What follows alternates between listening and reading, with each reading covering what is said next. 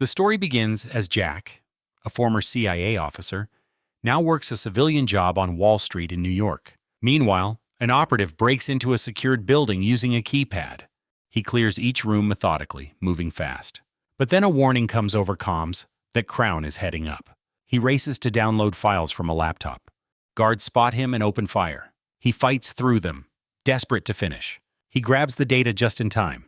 However, Crown intercepts the comms and speaks directly to Nigel. Nigel's extraction fails, leaving him trapped. Elsewhere in New York, Jack walks through busy streets. A car screeches to a halt nearby. Mike, the CIA's deputy director, tracks Jack to a bookstore. He jokes about being kidnapped, but Mike stays serious. Jack admits his civilian life feels unfulfilling. Mike pushes harder, sensing Jack misses the field. Jack mentions Kathy, his ex, saying they split after Christmas.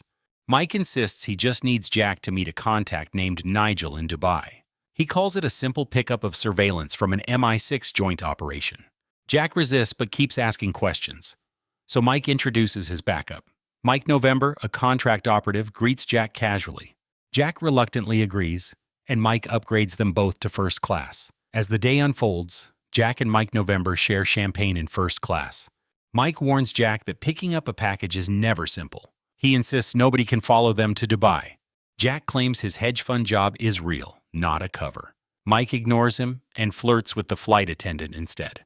Later in Dubai area, Jack's colleague at the firm calls on him during a meeting. He warns the room that new regimes bring dangerous volatility. Arya jokes about his spy past, which means she still suspects more. She invites him to dinner, but he declines. Jack heads out to meet the contact with Mike November. Mike admits he needs the money from this job. He hands Jack an earpiece and leaves him alone. Mike coaches Jack through comms not to stare. Jack enters a crowded market and spots the contact. The contact, a nervous man, demands to know who Jack is. Jack explains Greer sent him as a courier, but the man grows paranoid and hostile. Mike November warns Jack over comms he has a tail. The contact accuses Jack of being one of Crown's people. Jack tries to calm the panicked man before things spiral. The reckoning comes as Nigel's contact demands to know where Greer is. Jack insists Greer sent him to help. The contact scoffs, claiming Greer needs help himself. Mike November shouts for them to stop, but the contact bolts. The contact warns that Greer is scared for good reason. Jack chases him onto a raft near the dock. An attacker grabs Jack from behind, choking him. Jack fights back desperately. He breaks free and the attacker flees on the raft. Jack pulls himself from the water, gasping. He catches the attacker near the docks and demands answers. Mike fires a single silenced round, killing the man. Jack wants to search the body, but Mike drags him away. They speed off as sirens close in. Back at CIA headquarters, Greer, Jack's former boss, tries calling Jack. He gets no answer, so the weight falls on him alone. His phone rings and Crown calls with a direct threat. Crown demands Jack return whatever Nigel stole from him.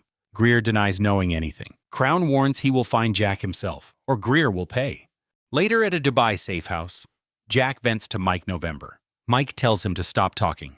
Spear, a local intelligence officer, arrives at the safe house. He sits Jack down and lays out the situation. Spear points out Jack is the prime suspect in 2 killings. Jack insists he has powerful friends who can help. Spear questions whether Greer is truly protecting Jack at all. The tension builds as Spear shows Jack a photo of the man Greer killed in Karachi. She points out the body has no stab wounds. Torture done right leaves the body clean, which means Greer lied about what happened. Jack looks stunned. Spear asks what Jack knows about Starling. He has never heard the name. Spear explains that Greer and Nigel built a black ops unit after 9/11. They killed without rules and left a massive body count. But when investigations closed in, Greer took the fall alone, protecting names like Nigel and Crown. Spear, the Dubai intelligence officer, pressures Jack to work for her or face consequences. He has no choice. Later, Greer arrives at a British intelligence facility. Spear confronts Greer about secretly shadowing Nigel. Greer insists he was only watching over Nigel's safety. He demands Jack be sent in to question Greer directly. Mike November warns Jack not to burn Greer. Inside the room, Greer tries to apologize. Jack refuses, furious that Greer hid Starling from him. Greer shows Jack photos of Whitaker and Wilkes, 2 former agents Nigel ran. He explains Crown resurrected Starling as a rogue Black Ops program. Jack explodes, accusing Greer of sending a civilian into a war zone he created. He calls it a disgrace to Greer and his country, The story takes a turn as Greer fires back at Jack's accusations. He tells Jack that leaving the CIA doesn't make him righteous. Greer defends Starling, calling it born from common sense. He argues every strike saved lives, despite the cost. Jack stands firm, calling himself the cost of that war. He sacrificed everything and came home to nothing. Greer challenges him to keep fighting anyway. He warns that abandoned soldiers become the very threat they fought. Jack asks what separates Greer from Crown. Greer admits he doesn't know the answer. He calls Jack's moral compass the only difference between them. Later, Spear leads a formal debrief in Dubai. Claudia, a signals intelligence analyst, presents recovered data from Nigel's assassin. She shows surveillance photos of London and mountain ranges near Kabul. Greer, Jack's former boss, recognizes the plan immediately. He stopped the same bombing plot 20 years ago. He calls Wright and urges her to get to London fast. Jack insists they shut down Tower Bridge before it's too late. Wright questions the credibility of fractured intel. Greer names Crown as the man behind Starling's resurrection. Wright can barely believe it. In a flashback, Greer describes hunting the PMN alongside Crown. Crown captured a Pakistani deputy chief alive for interrogation. Greer's intel stopped a bombing 3 hours before detonation. Back in the present, Greer tells Wright that Crown now wants revenge against his own country. The drama intensifies as Greer warns Wright that Crown feels betrayed by his own country. He says Crown will do whatever it takes. Elsewhere, Emma meets Jack and mentions Nigel's sacrifice. She admits she bugged Jack's jacket to monitor him. Emma says trust must be earned, so their loyalties align. Mike spots something on surveillance and alerts the team. Jack tells him to stay on the target. At a military base, Wright, a senior CIA official, greets Greer warmly. Armed police raid a suspect's location in London. They take the suspect into custody. She calls him the tip of the spear. Jack calls Greer with urgent news from the raid site. He confirms they found enough explosives to destroy Tower Bridge. Emma dismisses the suspect's cover story as lies. Jack warns that the suspect was left exposed on purpose. He says leaving this much firepower unguarded makes no sense. Greer pushes Jack to find more answers inside. Jack freezes, connecting the pieces together. He asks, what if Crown is setting them up? The scheme unfolds. Jack warns Greer that Crown diverted their forces on purpose. He tells Greer the real target is him. Jack screams for Elizabeth, but an explosion tears through the street. People scatter in every direction. Jack calls out for Greer through the wreckage. Mike gets the report that Greer is down. Marlowe, a British intelligence officer, races her car southwest toward Leadenhall. She radios dispatch with her coordinates. Greer lies wounded in the blast zone, ears ringing. Greer stares up from the rubble, barely conscious. Jack tears through London traffic, chasing Crown's vehicle. He tries calling for backup, but nobody answers. Jack refuses to let Crown escape. He swerves through oncoming traffic on horse guards. Mike November tells him to take the tunnel. Bullets ricochet off their car as they close in. Jack spots Crown's vehicle ahead. Crown's driver plows through panicked crowds near a church. Jack fires and orders Crown to stop. Crown ignores him. Gunfire erupts from Crown's vehicle, pinning Jack down. Jack's gun clicks empty, leaving him completely exposed. Mike November arrives and lays down covering fire. He checks on Jack, asking if he is hurt.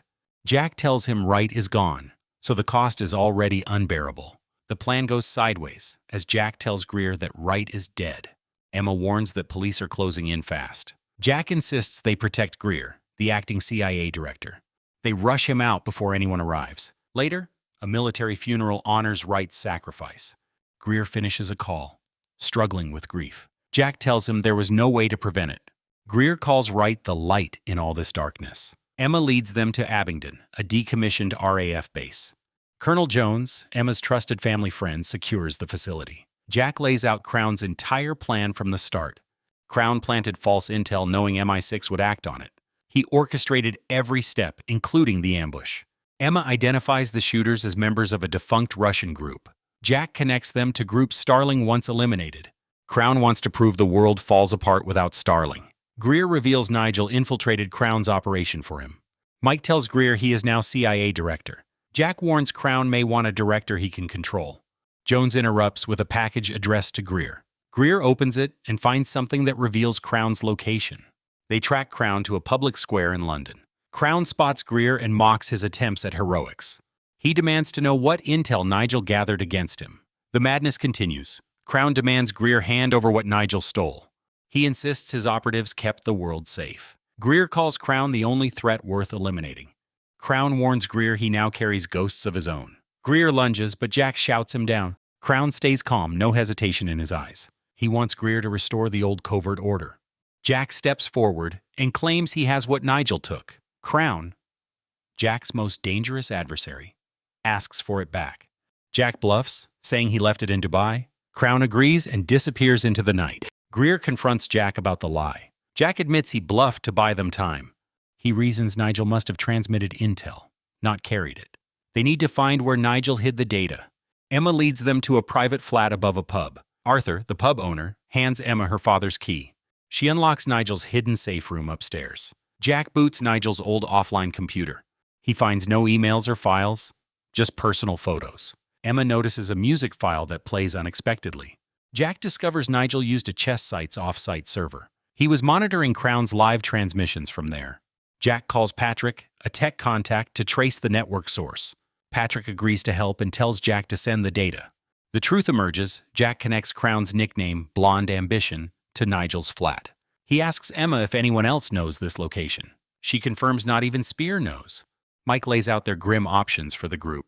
Without the intel, another attack comes. He suggests killing Crown as the only real solution. Jack thanks Mike for being there despite the danger. Mike, Jack's former CIA colleague, opens up about loyalty. He calls the three of them the only family they will ever have. Patrick calls with a breakthrough. Greer gets on the line demanding a status update. Emma lies to Spear, claiming the lead was a dead end. Jack tells Greer about Nigel's hidden server. He believes Nigel found Crown's entire operation source. Crown tried to stop that transmission in Dubai. Jack says they plan to try the upload again. Trocken, one of Crown's operatives, reports Greer leaving. Crown orders Trocken to follow Greer closely. Emma arrives on a motorcycle to pick up Jack. Greer confirms Mike is still on the mission. Mike boards a plane with the full team ready. Greer calls Jones, addressing him respectfully before departure. Emma contacts the group, confirming Emirati intelligence backup. The fallout begins, as Emma calls the group to confirm they are en route. She tells them Emirati intelligence will escort the team. Spear loses control, furious they cannot operate in Dubai. Emma insists they are only escorting, not operating. Meanwhile, Crown's operative learns about the Emirati contact. Crown dismisses it, confident it will not help them. In Dubai, Marlowe meets Jamal Ali, an Emirati officer. He offers transport and leads them to their vehicles. Jack calls Patrick for the modem signal coordinates. Patrick traces the signal toward Dubai Marina. Back at headquarters, Spear demands satellite footage immediately. Jamal explains Dubai's surveillance network catches crimes before they happen. Greer's plane begins its descent into the region. Emma estimates Crown's local team at 5 to 10 fighters. Jamal agrees to help but cannot join foreign operations. He offers a loophole if it becomes national security. Emma grins and suggests they cause an incident. Jack sits at his laptop ready to transmit. He breathes deep. Crown's guards spot them and open fire from the left. Gunfire erupts and the team scrambles for cover. Mike clears a path through broken glass. He calls the area clear, both of them gasping. Jack curses, blaming himself for the ambush. Emma confirms they are clear and the car speeds away. The situation spirals.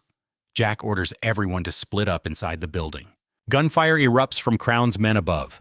Emma traces the signal to a higher floor, so they rush for the stairs. Jack and Emma race upward. They reach the target floor, but find a locked security door. Mike blasts through it. He searches for a way to breach the server room. Mike finds the back door and detonates a charge. Patrick, Jack's tech contact, connects to Crown's server. He downloads Crown's entire network. Crown arrives by helicopter, closing in fast. He taunts Jack over comms. Jack tells everyone to move. Crown's men throw a grenade into the room. The blast sends Jack sprawling. Patrick shouts the download is done. Mike blows an exit through the back wall so Emma and Jack escape. Crown's network data is finally in their hands. Finally, Jack urges Emma that they need to move. A gunshot rings out and Emma collapses, badly wounded. He presses against her wound, telling her to breathe. Crown appears and taunts Jack about dying for Greer. He asks if Jack plans to go out fighting. Jack tells Crown this was the plan all along. Greer calls in a helicopter strike on Crown's position. Greer delivers testimony about institutions built on lies. He speaks of faith in those brave enough to fight. Crown, wounded and trapped, tells Jack to finish him. Jack hesitates, so Crown dares him to pull the trigger. Greer recommends Jack as his deputy director to the president. Jack approaches Wright and pulls her aside. Emma, Jack's partner, stands outside recovering from her wound. She and Jack joke about trust and loyalty between them. Greer checks on Jack one final time. Jack admits he is fine, but angry Greer was right.